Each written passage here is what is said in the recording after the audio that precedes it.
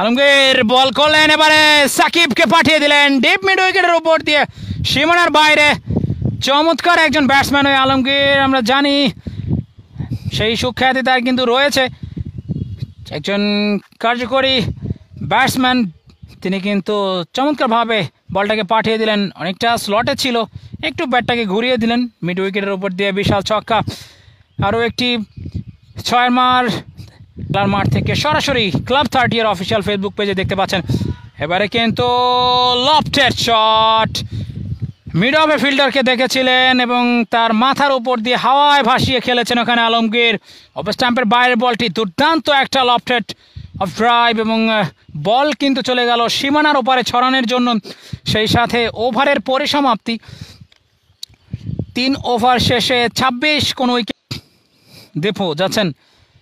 এবার অবশ্য একটা পরিবর্তন, তবে সেই পরিবর্তন মোটেও ভালো হয়নি তার জন্য।